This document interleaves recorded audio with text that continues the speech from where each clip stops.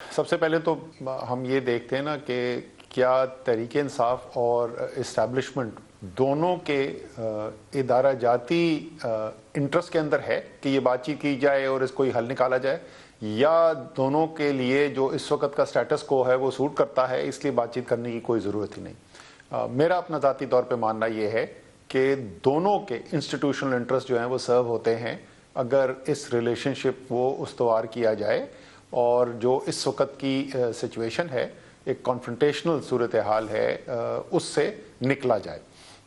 P T I کی طرف سے تو بڑا obvious ہے، وہ آپ بولیں گے جی عمران خان صاحب جیل میں ہے، پارٹی زیر عتاب ہے، ہزاروں ورکرز جیل کے اندر ہیں، ایٹسیٹرا ایٹسیٹرا۔ بٹ میرے خیال میں اسٹیبلشمنٹ کے بھی اگر آپ کور آبجیکٹیوز کو دیکھیں گے تو وہ سب کے سب اس وقت میٹ نہیں ہو رہے ہیں، اس لیے وہاں پر بھی بہتری کی گنجائش ہے، اور اس بہتری کے راستے کے اندر ایک پی ٹی آئی کے ساتھ ایک بہتر ریلیشن شپ جو ہے وہ ڈیفینیٹلی رول پلے کر سکتی ہے۔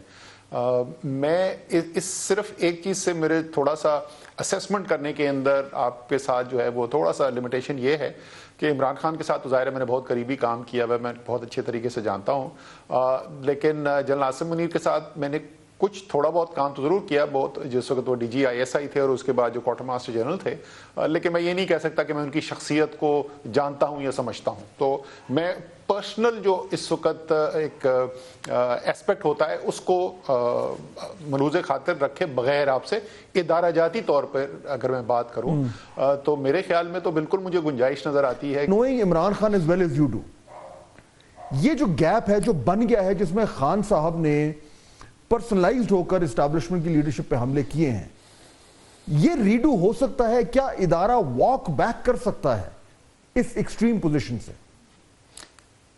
جی دیکھیں، میں پھر وہی کہوں گا کہ اس کے اندر جو انفرادی جو احساسات ہیں اس کے اوپر تو نہیں میں تو کامنٹ کر سکتا، وہ تو جو کوئی لوگ جو جانتے ہیں وہی کر سکتے ہیں۔ میں عمران خان کی طرف سے کہہ سکتا ہوں، آپ بالکل ٹھیک کہہ رہے ہیں کہ بڑی شدت سے وہاں پہ اور بڑی پبلکلی، اور شاید پاکستان کی تاریخ میں جیسے نہیں ہوا اس طریقے سے ایک بیانیہ بنا لیڈرشپ، فوج کی لیڈرشپ کے خلاف، جو پہلے نہیں بنا تھا۔ لیکن اگر آپ عمران خان کے پوائنٹ آف ویو سے دیکھیں، عمران خان کو جیل میں ڈالا ہوا ہے، عمران خان کی بہنوں کو جیل میں ڈالا گیا، ان کی بیوی کو جیل میں ڈالا گیا، ان کے بھانجے جیل کے اندر گئے، ان کی پارٹی کے ورکرز جیل میں گئے، ان کی پارٹی کو ڈسمینٹل کرنے کی کوشش کی گئی۔ تو یہ سب کچھ ہونے کے باوجود، کیونکہ میں عمران خان کو بہتر جانتا ہوں، اس لیے میں عمران خان کی طرف سے ہی کہہ سکتا ہوں، 100% میں آپ کو گارنٹی سے کہتا ہوں کہ اگر کوئی ایسی صورتحال سامنے آئے جس میں ان کو یہ پس پش ڈالنا پڑے کہ اچھا جو ٹھیک ہے جو ہو گیا، یہ جس نے میرے ساتھ کچھ کیا وہ اب ماضی کی بات ہو گئی اور آگے چلتے ہیں، اگر ان کو جو وہ ہدف چاہتے ہیں حاصل کرنا، جو بھی اس وقت کا ان کا ہدف ہو، تو وہ 100% یہ کیپیبلٹی رکھتے ہیں یہ فیصلہ کرنے کی۔ تو میری ایزمپشن یہی ہے کہ جو بھی اتنے بڑے عہدوں پر جب بیٹھتے ہیں تو وہ پھر فیصلے جو ہے نا، وہ فیصلے ذات کی بنیاد پہ نہیں، وہ پسند ناپسند کی، اور بہت دفعہ پھر کڑوے گھونٹ بھی پینے پڑتے ہیں اور آپ کو کمپرومائزز بھی کرنے پڑتے ہیں۔ آپ نے پتہ نہیں وہ دیکھی ہے سیریز فاد کراؤن، نیٹ فلکس پہ سیریز ہے کوئین الزبتھ کی لائف کے بعد، تو مونارکی کو بھی، ملکہ برطانیہ کو بھی کمپرومائزز کرنے پڑتے ہیں، اور کبھی کڑوا گھونٹ پی کے جو ہے وہ لوگوں کے ساتھ چلنا پڑتا ہے۔ لیکن عمران خان صاحب ابھی بھی جس طرح کی لینگویج استعمال کر رہے ہیں، ابھی بھی جو ڈائریکٹ وہ اٹیکس کر رہے ہیں، جنرل ڈائر کی اگزامپل دے رہے ہیں، تو لگ یہ رہا ہے کہ عمران خان صاحب اپنا رویہ تبدیل نہیں کر سکتے، تو پھر کیا گنجائش رہ جاتی ہے؟ اچھا نہیں، یہی میں آپ کو کہہ رہا ہوں، دیکھیں پبلک سٹینس جو ہے وہ پبلک سٹینس ایک اور چیز ہوتی ہے۔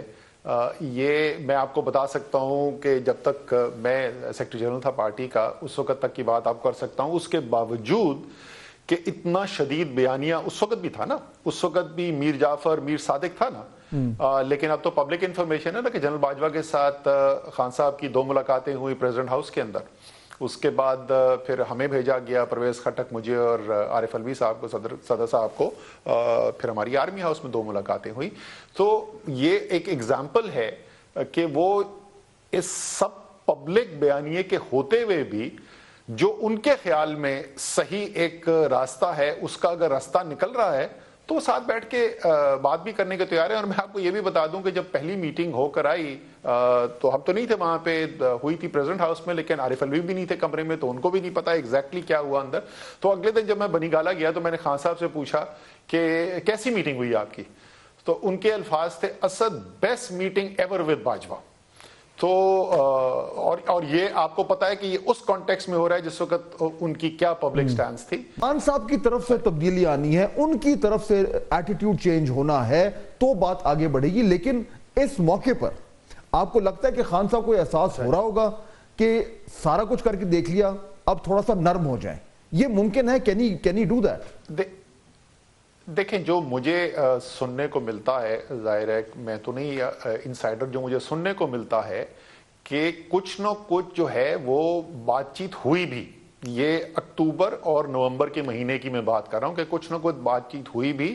پہلے جب آ رہے تھے اکتوبر کے اندر اسلام آباد، پھر وہ کال آف کیا گیا، اس وقت بھی کوئی بات چیت ہوئی تھی، اور اس کے بعد جو نومبر 24 سے پہلے بھی کوئی بات چیت ہوئی تھی.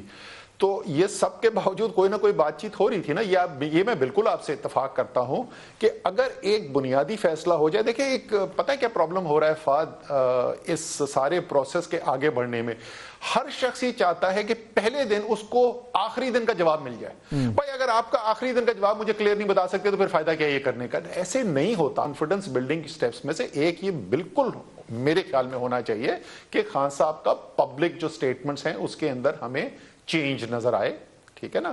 اور لیکن ظاہر ہے جب تک ان کو کچھ اور اسی طریقے سے دوسری سائڈ سے کوئی نہ کوئی کانفیڈنس بلڈنگ میجرز آپ کو لینے پڑیں گے جس سے خان صاحب کو کانفیڈنس آئے. اور ہوتا ایسے ہی ہے کہ چھوٹے چھوٹے قدم اٹھائے جاتے ہیں جس سے کانفیڈنس بڑھتا چلا جاتا ہے. یار اگر ایف ڈبلیو ڈو کلارک اور نیلسن منڈیلا جو شاید 20ویں صدی کی بدترین ہیومن رائٹس وائلیشن کی رجیم، اور جس نے اس کو سفر کیا صرف ان کی بہاف پہ نہیں جن کو وہ ریپرزینٹ کرتے تھے، یعنی جو سیاہ فام لوگ تھے ساؤتھ افریقہ کے، خود نیلسن منڈیلا کے ساتھ جو کیا گیا، اس کے بعد اگر وہ کسی کنکلوژن کے اوپر آ سکتے ہیں کہ ٹھیک ہے یار مستقبل ساؤتھ افریقہ کا یہی ہے، لیکن اس میں بالکل ہو سکتا ہے. اب پی ٹی آئی کو کوشش کرنی چاہیے کہ کسی بھی طریقے سے اسٹیبلشمنٹ کو انگیج کرے.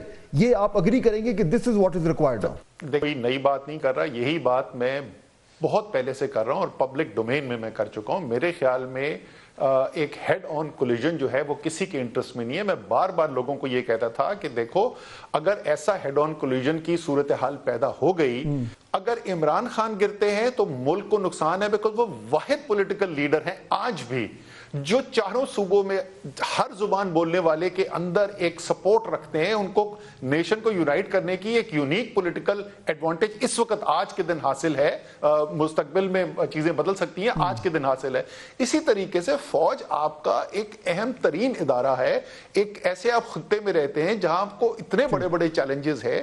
سو اگر اس کلیش کے اندر فوج گر جاتی ہے، عمران خان ان کو فتح کر لیتے ہیں، وہ بھی میرے خیال میں پاکستان کا نقصان ہے. اور عمران خان گر جاتے ہیں اور فوج ان کو فتح کر لیتی ہے تو وہ بھی میرے خیال میں پاکستان کا نقصان ہے.